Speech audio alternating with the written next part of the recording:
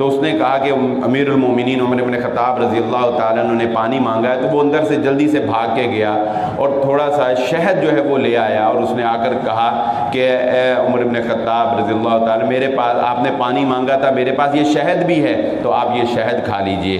تو حضرت عمر رضی اللہ تعالیٰ عنہ نے شہد کھانے سے یہ کہہ کر انکار کر دیا کہ میری قوم پانی کے لیے ترس رہی ہے اور ان کا حکمران شہد کھاتا ہو، میں قیامت والے دن اس کا جواب نہیں دے سکتا۔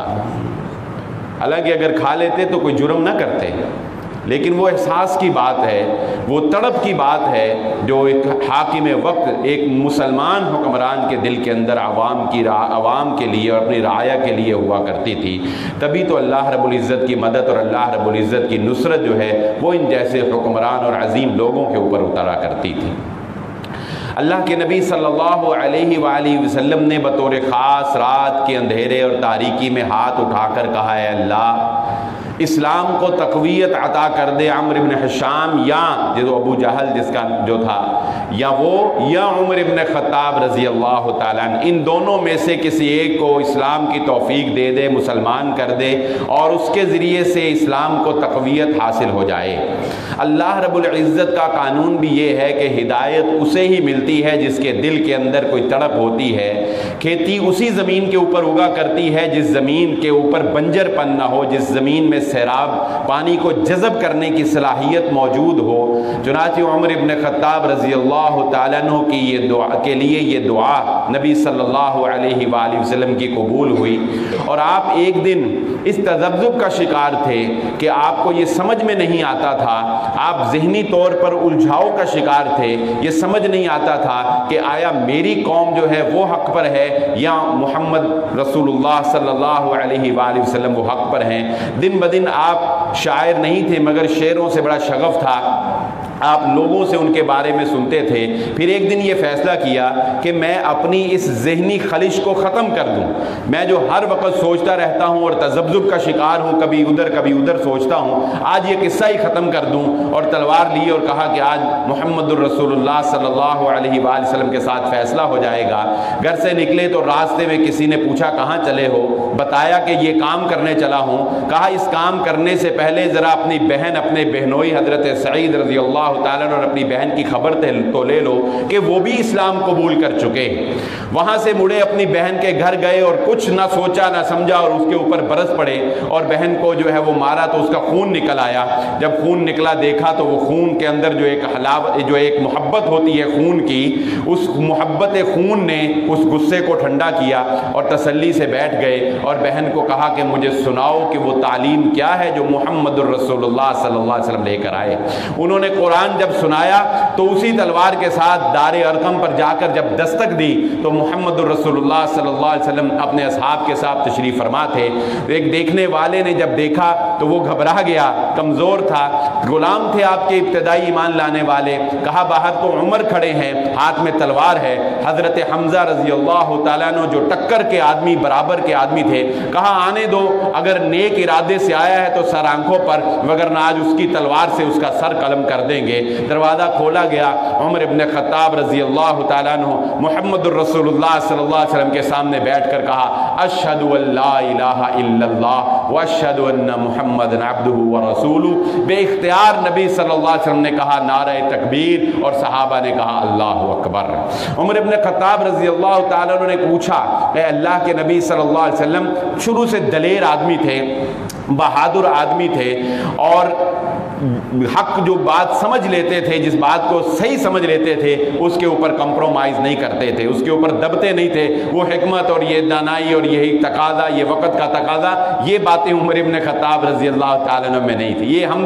جو کرتے ہیں کہ نہیں ابھی یہ معاشرہ ہے، یہ حکمت ہے، یہ عقل مندی اسی میں ہے، یہاں بیٹھ جاؤ، نہیں، یہ بات عمر ابن خطاب رضی اللہ تعالیٰ میں نہیں تھی۔ کہا اللہ کے نبی صلی اللہ علیہ وسلم بتائیے کیا ہم حق پر نہیں ہیں؟ کہا اللہ کی قسم اے عمر میں اللہ کی قسم اٹھا کے کہتا ہوں جس نے مجھے پیدا کیا، میں محمد صلی اللہ علیہ وآلہ وسلم اللہ کا سچا رسول اور حق پر ہوں۔ کہا وہ کافر جو ہیں وہ جھوٹے ہیں، کہا جھوٹے ہیں۔ فرمایا پھر آج اس چار دیواری کے اندر رہ کے عمر بزدلی کا مظاہرہ نہیں کرے گا، آج عمر اپنے اسلام کا اعلان حرم میں جا کے بیت اللہ کے سامنے کر کے آئے گا۔ مسلمان کھڑے ہوئے، ایک صف کے آگے عمر ابن خطاب ہوئے، دوسری صف کے آگے حضرت حمزہ رضی اللہ تعالیٰ عنہ ہوئے، اور مسلمانوں نے پہلی دفعہ اس قیادت میں، ان دو بہادروں کی قیادت میں، رسول اللہ صلی اللہ علیہ وآلہ وسلم کی معیت میں پہلی دفعہ جا کر حرم میں اللہ رب العزت کی عبادت بھی کی اور اعلان اسلام بھی کیا کہ یہ سارے مسلمانوں کی ایک جماعت ہیں،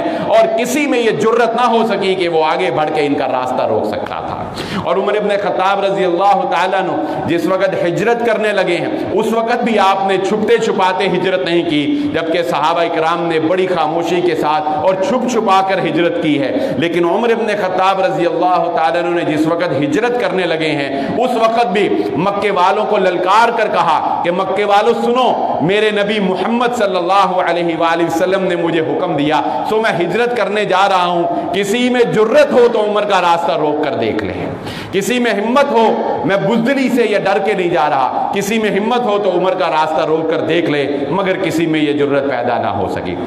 آپ پہلوان بھی تھے اور بنی عدی سے جو آپ کا تعلق تھا، آپ کا قبیلہ لوگوں کے درمیان لڑائی جھگڑوں کے فیصلے کروانے کے اوپر مامور تھا، یعنی حضرت عمر ابن خطاب رضی اللہ تعالیٰ عنہ کا کام کیا تھا، آپ کے آباء و اجداد کا کام کیا تھا کہ جب کوئی قبیلے والے یا لوگ آپس میں جھگڑ پڑے تو ان کے درمیان فیصلے کروانے کا جو کام تھا وہ حضرت عمر ابن خطاب رضی اللہ تعالیٰ عنہ کے قبیلے کا تھا۔ اور ایسا آدمی اگر دلیر اور بہادر نہ ہو اور اس کی بات میں وزن نہ ہو تو وہ فیصلہ نہیں کر سکتا۔ شاید کہ میں سمجھتا ہوں کہ وراثت میں آپ کو اس شاخ کی وجہ سے اللہ رب العزت نے یہ رعب اور یہ ہیبت اور یہ دبدبہ اللہ رب العزت نے آپ کو عطا کیا تھا۔ حضرت عمر ابن خطاب رضی اللہ تعالیٰ عنہ کے اوصاف بیان کرتے ہوئے محمد الرسول اللہ صلی اللہ علیہ وآلہ وسلم نے اس وقت جب آپ صلی اللہ علیہ وآلہ وسلم تشریف فرما تھے اور آپ کی ازواج مطہرات آپ سے بحث و تکرار کر رہی تھی کہ ہمارے خرچے میں اضافہ کیا جائے کہ اب فراوانی جو ہے وہ آ گئی ہے، مدینہ کی یہ بات ہے، تب جب دروازے پر دستک ہوتی ہے، دروازے پر دستک ہوتی ہے اور پوچھا جاتا ہے کہ کون ہے تو جواب ملتا ہے کہ عمر ابن خطاب رضی اللہ تعالی عنہ، تو ساری ازواج مطہرات جو ہیں وہ اٹھ کر بھاگ جاتی، ساری ازواج جو ہیں وہ اٹھ کر بھاگ جاتی ہیں اور وہیں پر وہ بات جو ہے وہ ختم ہو جاتی ہے۔ حضرت عمر ابن خطاب رضی اللہ تعالی تشریف لاتے ہیں اور نبی صلی اللہ علیہ وآلہ وسلم کے چہرے پر مسکراہٹ ہے، اللہ کے نبی صلی اللہ علیہ وسلم کے چہرے پر مسکراہٹ ہے۔ لمبی حدیث ہے لیکن وقت قلیل ہے، میں آخری جملہ سناتا ہوں۔ تب اللہ کے نبی صلی اللہ علیہ وآلہ وسلم نے فرمایا عمر، اللہ نے تجھے وہ رعب عطا کیا ہے کہ شیطان بھی اس راستے سے رستہ بدل لیتا ہے جس راستے پہ تم چل رہے ہوتے ہو، شیطان کو یہ جرت نہیں ہوتی۔ اور ایک دوسری روایت میں نبی صلی اللہ علیہ وسلم نے فرمایا جس وقت وہ بچی دف بجا رہی تھی، عمر ابن خطاب رضی اللہ تعالیٰ عنہ داخل ہوئے تو اس نے دف جو ہے وہ نیچے رکھ کے اوپر بیٹھ گئی۔ اللہ کے نبی صلی اللہ علیہ وسلم نے فرمایا عمر، اللہ نے تجھے وہ رعب عطا کیا ہے، ان الشیاطین من الجن والانس قد فروا، کہ جنوں اور انسانوں کے شیطان تجھے دیکھ کے فرار ہو جاتے ہیں۔ یہ اللہ رب العزت کی طرف سے ایک خاص رعب، ایک خاص جلال تھا جو عمر ابن خطاب رضی اللہ تعالیٰ عنہ کی شخصیت کو اللہ رب العزت نے عطا کیا تھا۔ اور صلح حدیبیہ کے موقع کے اوپر بھی کہ جب لوگ مسلمانوں نے بظاہر مشرکین کے ساتھ جو ہے وہ دب کر اور اپنے آپ کو نیچا کر کے مسلمانوں نے صلح حدیبیہ پر کفار کے ساتھ صلح کی تھی، تب بھی عمر ابن خطاب رضی اللہ تعالیٰ عنہ اس بات پر تھوڑے سے اللہ کے نبی صلی اللہ علیہ وآلہ وسلم کے سامنے آ کر کہنے لگے کہ اللہ کے نبی صلی اللہ علیہ وسلم کیا ہم حق پر نہیں ہیں؟ آپ نے فرمایا عمر، میں محمد صلی اللہ علیہ وسلم حق پر ہوں۔ کہا کیا وہ کافر جھوٹے نہیں ہیں؟ کہا وہ جھوٹے ہیں۔ فرمایا پھر ہم یہ دب کر صلح کیوں کر رہے ہیں؟ اللہ کے نبی صلی اللہ علیہ وسلم نے فرمایا عمر، میں اللہ کا رسول ہوں اور میں اللہ کے فیصلے کے خلاف نہیں کرتا۔ کیا مطلب کہ یہ صلح حدیبیہ کا فیصلہ یہ اللہ رب العزت کی جانب سے مجھے حکم دیا گیا ہے کہ یہ صلح جو ہے وہ کی جائے، اور اس کی سورۃ الفتح کی صورت میں اللہ رب العزت نے بشارت بھی سنا دی۔ حضرت عمر ابن خطاب رضی اللہ تعالیٰ عنہ حضرت ابوبکر صدیق رضی اللہ تعالیٰ عنہ کے پاس بھی گئے اور ان کو بھی جا کر کہا کہ ہم کیوں دب رہے ہیں؟ تو حضرت ابوبکر صدیق رضی اللہ تعالیٰ عنہ نے بڑا پیارا جواب دیا، فرمایا عمر وہ رسول اللہ ہیں، وہ رسول اللہ۔ جب یہ سنا کہ یہ رسول کا فیصلہ ہے، یہ سنا کہ یہ رسول کا فیصلہ ہے، تو عمر ابن خطاب رضی اللہ تعالیٰ عنہ بھی خاموش ہو گئے۔ لیکن ساری زندگی اپنی اس بات پر بھی وہ نادم رہے کہ میں نے کیوں یہ اعتراض جو ہے وہ اس وقت اٹھایا، اور اس کے لیے انہوں نے روزے رکھے اور بے شمار صدقہ اور خیرات کیا کہ عمر ابن خطاب رضی اللہ تعالیٰ، لیکن ان کا یہ کہنا بھی ان کے دل کے اندر پائی جانے والی ایمان کی حمیت اور وہ غیرت جو کہ حق پر ڈٹ جانے کی اللہ رب العزت نے انہیں دی تھی، اور یہ لقب فاروق انہیں دیا ہی اس لیے گیا تھا۔ فاروق کا مطلب فرق کر دینے والا۔ عمر ابن خطاب رضی اللہ تعالیٰ عنہ کو رسول اللہ صلی اللہ علیہ وآلہ وسلم نے حق اور باطل کے درمیان فرق کر دینے والا بتایا۔ یہ نہیں ملا ملا کام نہیں ہے، وہ ادھر کی بھی رکھ لو ادھر کی بھی رکھ لو، نہیں، ایسا کام نہیں ہے۔ فرق کر دینا، یا صحیح یا غلط، بس دو ٹوک فیصلہ کر دینے والی ذات۔ اور سخاوت ایسی کہ غزوہ تبوک کے موقع کے اوپر رسول اللہ صلی اللہ علیہ وآلہ وسلم نے جب صحابہ اکرام سے اب مال مانگا جہاد کے لیے، اللہ کے راستے میں خرچ کرنے کے لیے مال مانگا، تو عمر ابن خطاب رضی اللہ تعالیٰ عنہ اپنی کل جو ان کے پاس سرمایہ تھا، آدھا سرمایہ لا کر محمد الرسول اللہ صلی اللہ علیہ وسلم کے پاس رکھ دیا۔ بات بڑی دلچسپ ہے، آپ نے سنی ہوگی، حضرت ابوبکر صدیق رضی اللہ تعالیٰ عنہ سے مال میں حضرت عمر زیادہ تھے، تو جب موقع میں یہ آیا تو کہا کہ آج تو میں ابوبکر سے بھی نمبر لے جاؤں گا۔ یہ نمبر لے کے جانا نیکی میں تھا، یہ نمبر لے کر جانا رب کی رضا میں تھا۔ ہم نمبر لے کے جاتے ہیں اونچی عمارتیں بنانے میں، ہم نمبر لے کر جاتے ہیں لباس اچھے پہننے میں، اور ہم مقابلہ کرتے ہیں دنیا داری میں۔ یہ مقابلہ تھا اللہ رب العزت کے راستے میں خرچ کرنے میں۔ لیکن جب ابوبکر صدیق رضی اللہ تعالیٰ عنہ کی سخاوت دیکھی تو عمر بھی مان گئے کہ انہوں نے کہا اللہ کے نبی صلی اللہ علیہ وسلم، عمر تو آدھا لے کر آئے، مگر ابوبکر صدیق رضی اللہ تعالیٰ عنہ کے مقام کا کیا کہنا؟ کہا میں اللہ کے نبی صلی اللہ علیہ وسلم سارا مال ہی لے کر آ گیا ہوں، گھر میں اللہ اور اس کے رسول کا نام ہی کافی ہے۔ یعنی یہ مقام و مرتبے، اللہ تعداد کو نہیں دیکھتا، اللہ کاؤنٹنگ نہیں کرتا، وہ کوالٹی کو دیکھتا ہے۔ ابوبکر صدیق رضی اللہ تعالیٰ کا مال تعداد میں اگرچہ کم ہو، لیکن وہ سارا جو لے کر آ گئے اس سے تجاوز نہیں کیا جا سکتا ہے۔ تو حضرت عمر ابن خطاب رضی اللہ تعالیٰ عنہ کی سخاوت بھی بے شمار تھی، اور اپنے ساتھ ایک بھائی مقرر کیا ہوا تھا اور اس کے ساتھ ڈیوٹی لگائی ہوئی تھی، یعنی دین کے کام کے لیے کس طرح ان لوگوں نے وقت نکالا، اس کے ساتھ یہ ڈیوٹی لگائی ہوئی تھی کہ ایک دن تم کام کرو گے اور میں محمد الرسول اللہ صلی اللہ علیہ وسلم کی خدمت میں رہوں گا، اور جو کچھ بھی میں وہاں سے سیکھوں گا وہ شام کو میں تمہیں سکھایا کروں گا، اور اگلے دن میں کام کیا کروں گا اور تم محمد الرسول اللہ صلی اللہ علیہ وسلم کے ساتھ رہو گے، اور جو کچھ تم وہاں سے سیکھو گے وہ تم مجھے بتایا کرو گے۔ یہ شوق اور یہ جذبہ عمر ابن خطاب رضی اللہ تعالیٰ عنہ کا۔ اللہ کے نبی صلی اللہ علیہ وآلہ وسلم نے جس وقت وفات پائی، جب آپ کا وصال ہوا، جب آپ اپنے خالق حقیقی سے جا ملے، تو عمر ابن خطاب رضی اللہ تعالیٰ عنہ اس بات کو قبول کرنے کے لیے تیار نہ ہو سکے۔ اتنی والہانہ محبت تھی کہ اپنی جان سے بھی زیادہ، جب اللہ کے نبی صلی اللہ علیہ وسلم نے ایک دفعہ پوچھا عمر مجھ سے کتنی محبت ہے، کہا اللہ کے نبی صلی اللہ علیہ وسلم ہر چیز سے زیادہ، ماں باپ بہن بھائی مال اولاد دنیا کی ہر چیز سے زیادہ اپنی جان کے علاوہ۔ سچا بندہ تھا، سچ بولنے والا، کھڑا بندہ۔ آج بھی ہمارے درمیان ایسے بعض لوگ ہوتے ہیں کھری بات کرنے والے، کھری بات کی، اپنی جان زیادہ پیاری ہے۔ اللہ کے نبی صلی اللہ علیہ وسلم نے فرمایا عمر اس وقت تک پکے مومن نہیں ہو سکتے جب تک اپنی جان سے بھی زیادہ مجھ سے محبت نہ کرنے لگ جاؤ۔ کہا ہے اللہ کے نبی صلی اللہ علیہ وسلم کچھ دیر خاموش رہے، کہا آج کے بعد عمر اپنی جان سے بھی زیادہ آپ سے محبت کرتا ہے۔ اس محبت کا عالم یہ تھا کہ جب آپ کا وصال ہوا تلوار نکال لی، کہا میں اس بات کو قبول نہیں کرتا کہ محمد صلی اللہ علیہ وسلم دنیا سے چلے گئے، اگر کسی نے یہ بات کہی میں اس کی گردن اڑا دوں گا۔ تب حضرت ابوبکر صدیق رضی اللہ تعالیٰ عنہ جو حلیم انسان تھے، بردبار تھے، نرم دل رکھنے والے تھے، پھر حضرت ابوبکر صدیق رضی اللہ تعالیٰ عنہ نے سمجھایا، اور عمر ابن خطاب رضی اللہ تعالیٰ عنہ نے اس بات کو سمجھا، اور حضرت ابوبکر صدیق رضی اللہ تعالیٰ عنہ جب وفات پانے لگے، جب آپ مرض الموت میں مبتلا تھے،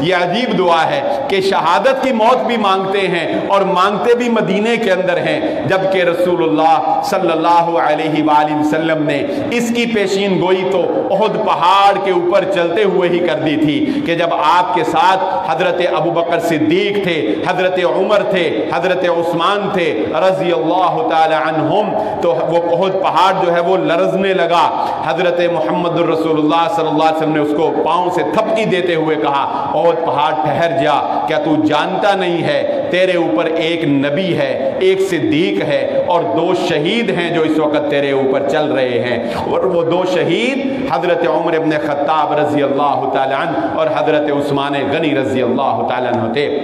اور نبی صلی اللہ علیہ وآلہ وسلم نے صحابی رسول کو یہ خبر بھی دی تھی جب انہوں نے آ کر عمر ابن خطاب رضی اللہ تعالیٰ عنہ کو یہ پیشین گوئی سنائی کہ عمر، میں نے رسول اللہ صلی اللہ علیہ وآلہ وسلم سے سنا تھا کہ فتنوں کے اور امن کے درمیان ایک دروازہ ہوگا، جب وہ دروازہ ختم ہو جائے گا تو فتنے پھر پھیل نکلیں گے۔ حضرت عمر نے پوچھا وہ دروازہ خود بخود کھل جائے گا یا اسے توڑ دیا جائے گا؟ تو انہوں نے کہا وہ دروازہ توڑ دیا جائے گا، اور وہ دروازہ عمر ابن خطاب رضی اللہ تعالیٰ عنہ کی شخصیت تھے۔ ابو لولو فیروز نامی وہ مجوسی غلام،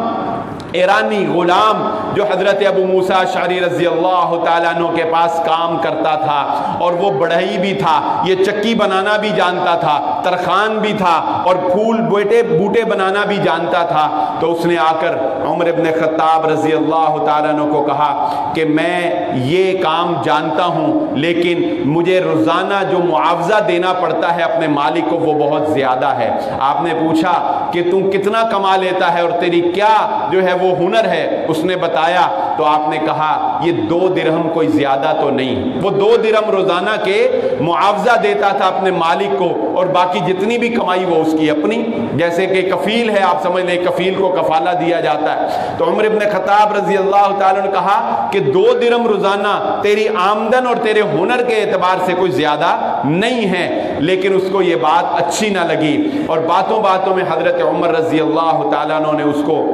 یہ بات بھی کہی کہ میں سنا ہے، میں جانتا ہوں کہ تو چکی بنانے کا ماہر ہے، تو میرے لیے ایک چکی بھی بنا دے۔ تو اس نے کہا کہ میں آپ کے لیے ایسی چکی بناؤں گا کہ دنیا یاد رکھے گی، اور یہ کہہ کر وہ چلا گیا۔ اور عمر رضی اللہ تعالیٰ عنہ نے ساتھیوں کو کہا یہ مجھے قتل کی دھمکی دے کر گیا ہے۔ اس سے قبل آپ نے ایک خواب بھی دیکھا تھا کہ جس کی تعبیر بھی آپ کو یہی بتائی گئی تھی کہ آپ شہید کر دیے جائیں گے۔ اور پس منظر میں حضرت عمر ابن خطاب رضی اللہ تعالیٰ عنہ نے اس کے مالک سے سفارش بھی کی، یعنی اس کو یہ کہا کہ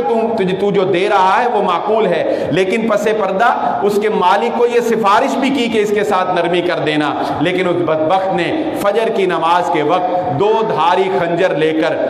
حضرت عمر ابن خطاب رضی اللہ تعالیٰ عنہ جب امامت کروانے کے لیے آگے آئے تو وہ مسجد النبوی میں ایک طرف چھپا بیٹھا تھا، اور امامت کرواتے ہوئے ہی جب آپ نے نماز شروع کی تو اس نے 2 دھاری خنجر سے حضرت عمر ابن خطاب رضی اللہ تعالیٰ عنہ پر حملہ کر دیا، آپ کو زخمی کر دیا۔ آپ دائیں طرف گر گئے، صحابہ اکرام اس کو پکڑنے کے لیے دوڑے، 13 صحابہ اکرام کو اس نے زخمی کیا، اور اس کے بعد خود ہی اس خنجر کو اپنے پیٹ میں گھونپ کر وہ جہنم واصل ہو گیا، اور خود ہی اس نے خودکشی کر لی۔ حضرت عمر رضی اللہ تعالیٰ عنہ پر یہ حملہ 26 ذو الحجہ کو کیا گیا۔